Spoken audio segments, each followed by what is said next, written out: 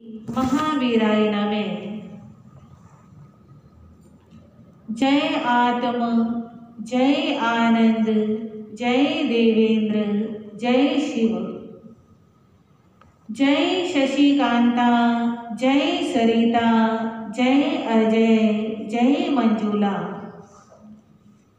उपाध्याय भगवै श्री जितेंद्र गुरुवे नमः। गुरु कृपा से गुरु चरणों में रहकर ये तुच्छ बुद्धि जो भी स्वीकार कर पाई, कुछ आपके समक्ष रखने का प्रयास करो। श्रीमद् भगवान महावीर स्वामी की पावन पवित्र आनंददायिनी कल्याणकारिणी वाणी,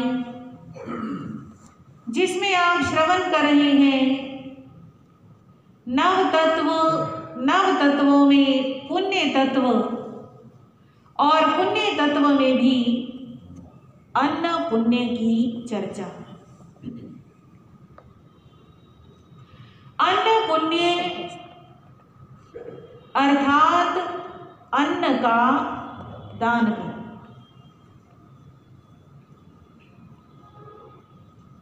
अन्न का दान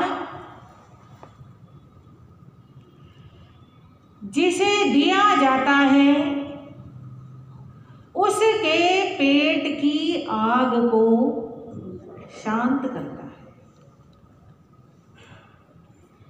इस संसार में सबसे बड़ी आग अगर कोई है तो वो है पेट की आग। इसे बुझाने के लिए इंसान बड़े से बड़ा पाप कर गुजरता है।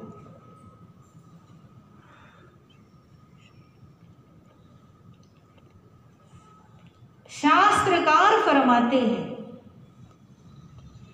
जिस जीव का जितना अधिक पाप का उदय होता है, उसे उतनी अधिक भूख सताती।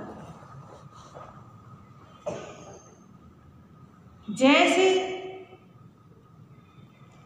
4 गतियों में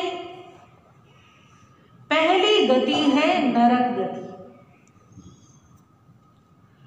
और नरक गति का मतलब प्रबल पाप का उदय। नरक में वही जाएगा जिसके पापों का प्रबल उदय आया हो। और नरक गति में रहने वाले नारकी जीव हर समय भूखे रहते। हम तो कुछ खाते हैं, 2 घंटे 4 घंटे शांति रहती है, तो समझ लो ये हमारा बहुत बड़ा पुण्य है कि खाने के बाद पेट भर जाता है। पर नारकी जीव ऐसे होते हैं, पहली बात उनकी उम्र इतनी लंबी होती है, उनकी कम से कम उम्र,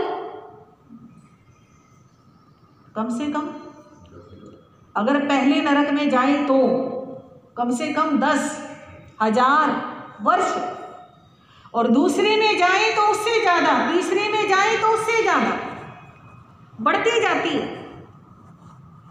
तो इतनी लंबी उम्र और सारी उम्र भूखे रहना है, कुछ खाने के लिए कुछ भी, हाँ जी, मिलता ही नहीं है।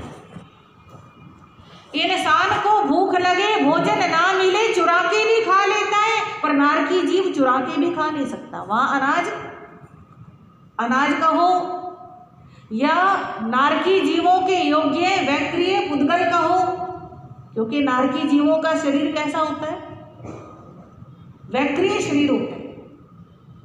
उनका हमारे जैसा हड्डी और मांस से बना हुआ शरीर नहीं होता, उनका वैक्रिय शरीर होता है। और वैक्रिय शरीर वाला जीव ये हमारे वाला अनाज खा नहीं सकता, उनको वैक्रिय पुद्गलों का ही आहार करना पड़ता है। तो वहां ऐसे पुद्गल है ही नहीं जिनका वो आहार कर सके, सारी उम्र भूखे रहना। और ऐसा कहते हैं शास्त्रकार, कि एक नारकी जीव को इतनी तेज भूख होती है कि सारी धरती का सारा अनाज, सारा खाद्य पदार्थ एक नारकी जीव को खिला दिया जाए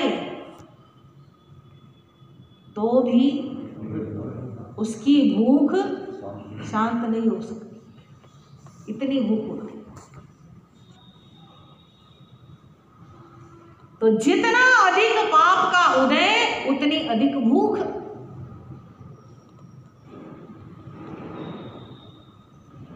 नरक के बाद वर्णन आता है तिर्यंच गति का। तिर्यंच गति के जीव भी भोजन नहीं मिले तो घास पात, हाँ जी, घास पात भी नहीं मिले तो आप देख लो गलियों के अंदर गाय कुत्ते जो गंध मिल जाए वही खाने को तैयार हो जाती। फिर मनुष्य गति, मनुष्य गति में भूख लगती है तो मनुष्य भी अपने लिए कुछ ना कुछ इंतजाम करता है। और उसके बाद चौथे नंबर पे देवगति। हमको 3 घंटे 4 घंटे बाद भूख लगती है और देवी देवताओं को वर्षों के बाद भूख लगती है, हाँ जी, क्योंकि उनका क्या उदय है, पुण्य का उदय है, उनको भूख लगती ही नहीं, क्षुधा वेदनीय सताता ही नहीं। तो अन्न दान, भोजन का दान, आहार का दान सबसे बड़ा पुण्य है, इसलिए इसे पहले नंबर पे रखा गया। और चीजों के बिना जीव रह सकता है, हाँ जी, एक समय फटे पुराने कपड़े पहन के सार लेगा, घर ना मिले तो एक समय फुटपाथ पे, जंगल में, पेड़ के नीचे कहीं भी रात गुजार लेगा। और चीजों के बिना फिर भी रह सकता है, पर भोजन के बिना जीना बहुत मुश्किल। इसलिए संसार में जितने भी धर्म हैं सबने अन्नदान को महत्व दिया। जितने भी धर्म है सबने कहा। विदेशों के अंदर कोई धर्म नहीं होता, जैसे यहां पर तो इतने सारे धर्म है, हाँ जी, पर विदेशों में ऐसे कोई धर्म नहीं होता, पर वहां पर भी भूखे को भोजन खिलाना, भूखे को भोजन खिलाना धर्म माना जाता। इंसान होने के नाते इंसानियत का पता चलता है, भूखे को देखकर अगर भोजन दे रहा है तो समझ लो वो क्या है, इंसान है, इंसानियत है उसे। हमने विषय प्रारंभ किया था, अन्न दान, आहार दान किसे देना चाहिए। 3 पात्र बताए थे। सबसे पहला पात्र साधु साध्वी, दूसरा पात्र साधर्मी भाई बंधु, और तीसरा पात्र जितने भी दुनिया में दीन दुखी, निर्धन, जरूरतमंद, असहाय, विकलांग जो भी ऐसे नजर आते हैं, चाहे इंसान हो चाहे पशु पक्षी हो, उन सबको क्या करना, अन्नदान। तो पहला पात्र साधु साध्वी, उन्हें देने से क्या लाभ प्राप्त होता है आपको बताया था सुबाहु कुमार ने। पूर्व भव में मुनि को आहार दान दिया था, तो वर्तमान भव में क्या मिला, अपार वैभव, और उसके साथ मेन चीज क्या मिली थी, धर्म की लगन। मेन चीज क्या मिली थी, धर्म की लगन।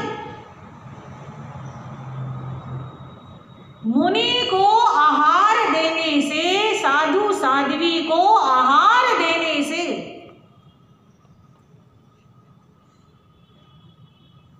इस संसार की सबसे अमूल्य चीज प्राप्त होती है, जिसे कहते हैं सम्यक्त्व।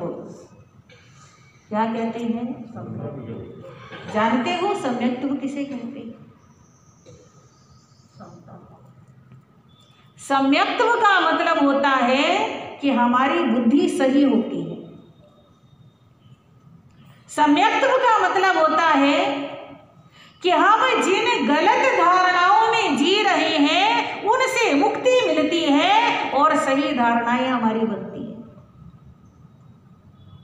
जीव को पता चलता है कि मैं आत्मा हूं, मैं शरीर नहीं हूं।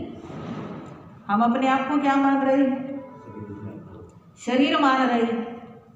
सारा दिन किसकी सेवा में लगे रहते हैं? शरीर की सेवा में। कभी खा लिया, कभी सो लिए, कभी नहा लिए, गर्मी लगी तो एसी में बिठा दिया, सर्दी लगी तो धूप में बिठा दिया, हीटर चला दिया, कभी शरीर को हिल स्टेशनों पर ले गए घुमाने के लिए। हाँ, इस शरीर को कोई तकलीफ ना हो, हर समय यही ध्यान बना रहता है। इस शरीर में बीमारी ना आ जाए, इस शरीर में बुढ़ापा ना आ जाए, इस शरीर को कोई तकलीफ ना उठानी पड़ जाए, हर समय शरीर के लिए जी रहे हैं। जबकि सबको पता है ये शरीर यही रह जाना है,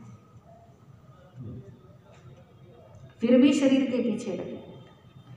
तो सम्यक्त्व का मतलब है कि शरीर के अलावा एक और भी तत्व है जिसका ध्यान रखना हमारे लिए और भी जरूरी है। वो तत्व कौन सा है? आत्म तत्व। शरीर को तो कितना भी खिला लो, पिला लो, सजा लो, संवार लो, शरीर ने तो खत्म होना ही है। क्षण क्षण पल पल इसने क्षीण होना है, पर एक आत्मा है, उसका ध्यान रखोगे, हाँ जी, तो ये आत्मा ऊंचाइयों को छूती हुई चली जाएगी और एक दिन मोक्ष पद को प्राप्त कर लेगी। इस शरीर के बंधन से, जन्म मरण के बंधन से हमेशा के लिए क्या हो जाएगी? छूट जाएगी। और जब ये दृष्टि आत्मा को प्राप्त होती है तो आत्मा ऊपर उठती हुई चली जाती है। आपने सुना होगा भगवान श्री महावीर स्वामी जी को सम्यक्त्व की प्राप्ति कब हुई थी?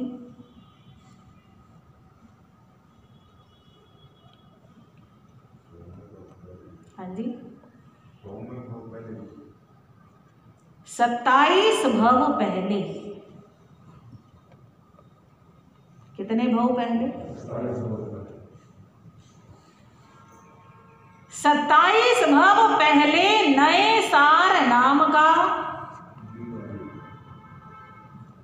एक व्यक्ति, कई लोग उसे लकड़हारा भी बोलते हैं, कई लोग उसे वन विभाग का अधिकारी भी बोलते हैं, कुछ भी कहो,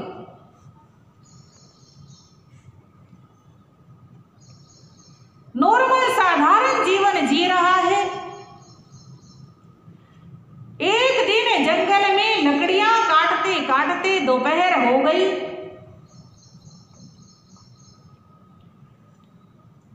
दूर से देखा कोई मुनिराज पधार रहे हैं, शरीर पसीने से तरबतर है,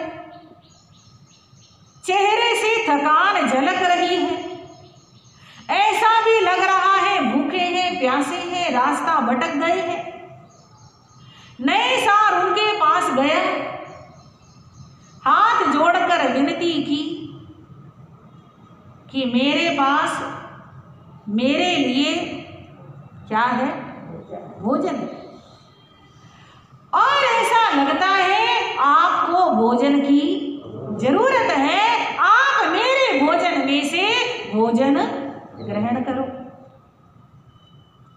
कोई मन में ये भाव नहीं है कि ये हमारे साधु हैं, हाँ, कोई ऐसा नहीं है कि इनको दूंगा तो मेरे को पुण्य मिलेगा।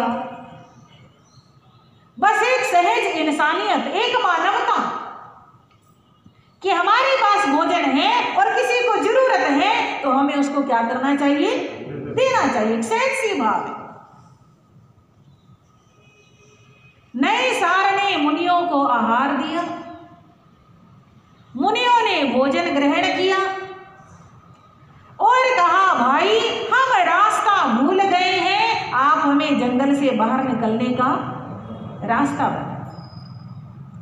नए सार ने उन्हें वन से बाहर निकलने का रास्ता बताया और चलते चलते गुरुदेवों ने, संत महात्मा जी ने उनको संसार के जंगल से बाहर निकलने का रास्ता बता दिया, उनको सम्यक्त्व का ज्ञान दिया। और उस दिन से नए सार की आत्मा की दिशा ऊर्ध्वमुखी हो गई। हाँ जी, भगवान महावीर के पिछले 27 भवों को ही गिना जाता है। क्यों? उससे पहले भी तो वो जन्म मरण करते थे, पर 27 ही भव गिने जाते हैं। उसका कारण ये है कि उनको सम्यक्त्व की प्राप्ति 27वें भव में ही हुई, इसलिए 27 भव की। तो भगवान महावीर को सम्यक्त्व अर्थात मोक्ष जाने का टिकट कैसे प्राप्त हुआ? साधुओं को आहार देने। भगवान ऋषभ देव जी ने भी पूर्व भवों में एक मुनि जी को घी का दान दिया। आहार दान करते तो घी था उनके पास, तो उन्होंने क्या दान दिया? घी का दान, और सम्यक्त्व प्राप्त किया। साधुओं को आहार देने से तीर्थंकर गोत्र का उपार्जन भी हो जाता है। इतना बड़ा पुण्य किससे मिलता है? साधु साध्वी को आहार दान देने से।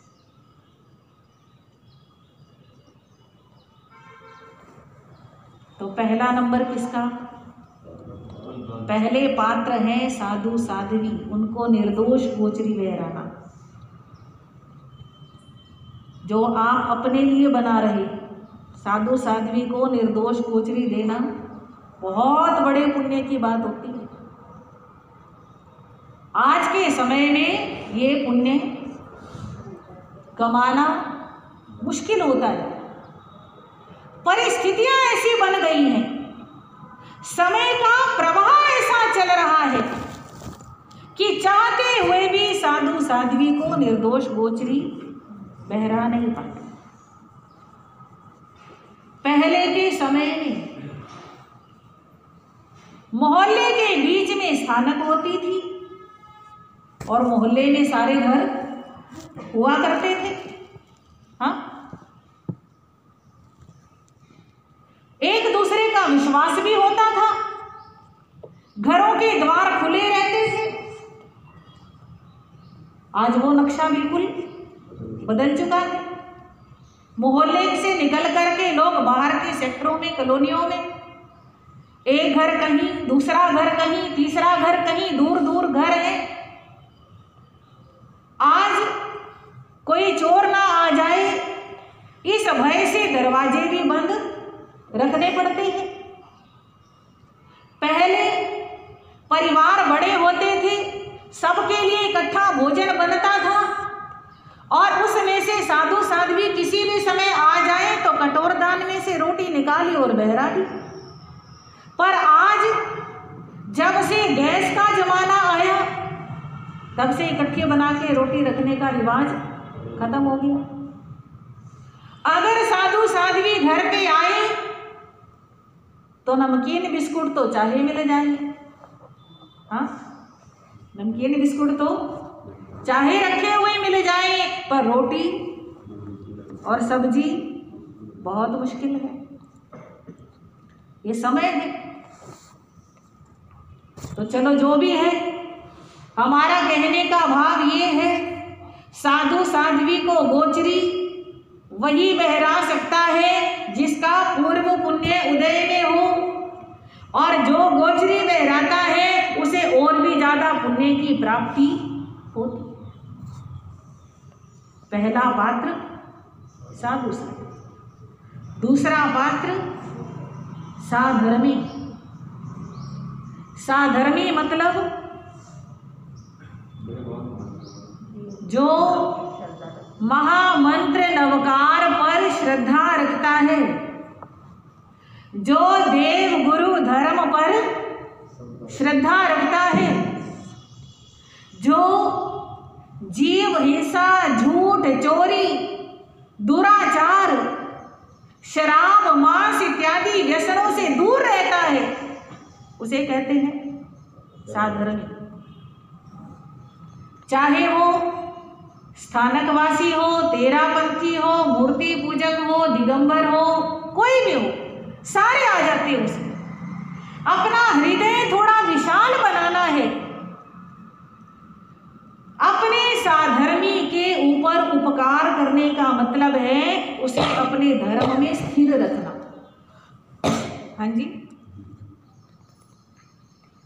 थोड़ा सा गहराई से समझने की कोशिश करें। हमने सुना है कई जनजातियां ऐसी होती हैं जो अपनी जाति के किसी भी व्यक्ति के बारे में पता चल जाए कि उसकी आर्थिक स्थिति खराब है तो उसे सहयोग करके अपने बराबर ले आते। राजस्थान में एक बोहरा परिवार है, बोहरा जाति बोलते हैं।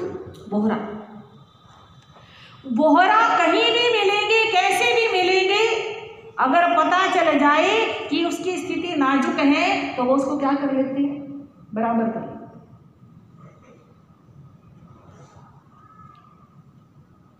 महाराज अग्रसेन के बारे में भी सुना होगा, क्या सुना है? हाँ, जो भी कोई नगर में आता सबका उसूल बनाया हुआ था, नए आने वाले व्यक्ति को हर घर से 1 ईंट और 1 रुपया मिलेगा ताकि वो अपना घर बना सके और अपना व्यापार कर सके। अगर ऐसी स्थिति आ जाए तो किसी को कुछ करने की जरूरत ही नहीं। अभी कुछ दिन पहले राजस्थान से एक भाई मेरे पास आए थे दर्शनों के, पानीपत में थे। बड़ी सुंदर एक बात उन्होंने कही, जैसे बैंक होता है और किसी जरूरतमंद व्यक्ति को अपना घर बनाना है या अपना बिजनेस खड़ा करना है, कुछ भी काम करना है, उसे बैंक से क्या लेना पड़ता है, लोन लेना पड़ता है। और लोन लो तो उसको चुकाने के साथ साथ उसका ब्याज भी चुकाना पड़ता है। वो ब्याज ही चुकाने में डबल हो जाता है उसका, जितना मूल चुकाता है ब्याज मिला के उसका डबल हो जाता है। तो हमारी जैन समाज जितनी संपन्न है, ये पूरी जैन समाज मिल करके अपना एक जैन बैंक बनाए। हाँ जी, रागद्वेष पूरे नहीं होते, राजनीति पूरी नहीं होती। अब ये कमियां तो हमको दूर करनी है। हाँ, तो जिस भी जैन को लोन की जरूरत है, उस भाई की भावना मुझे बड़ी अच्छी लगी, इसलिए मैं बता रही हूँ आपको, तो शायद आपको भी पसंद आए। कर सके ना कर सके, अच्छाई का जिक्र करने में। हाँ, तो जिस भी जैन भाई को लोन की जरूरत हो, ये हमारी संस्था है, ये बैंक है, यहाँ से लोन मिलेगा। आप उसकी रजिस्ट्री रख सकते हो, आप उसकी कोई कागज रख सकते हो अपने पास कि भाई ब्याज देने की जरूरत नहीं है, मूल तेरे को वापस करना पड़ेगा। तो इतना भी सहयोग बहुत बड़ा होता है। अगर हम ऐसा कर सके, अपने किसी साधर्मी भाई को केवल ब्याज भरने से भी बचा सके, तो भी हमारे लिए बहुत बड़े पुण्य की बात है। पर पुण्य के लिए वही कहते हैं ना कि पुण्य कमाना मुश्किल होता है और पुण्य के फल भोगने बड़े आसान होते हैं। तो पुण्य कमाने का हम प्रयास करें।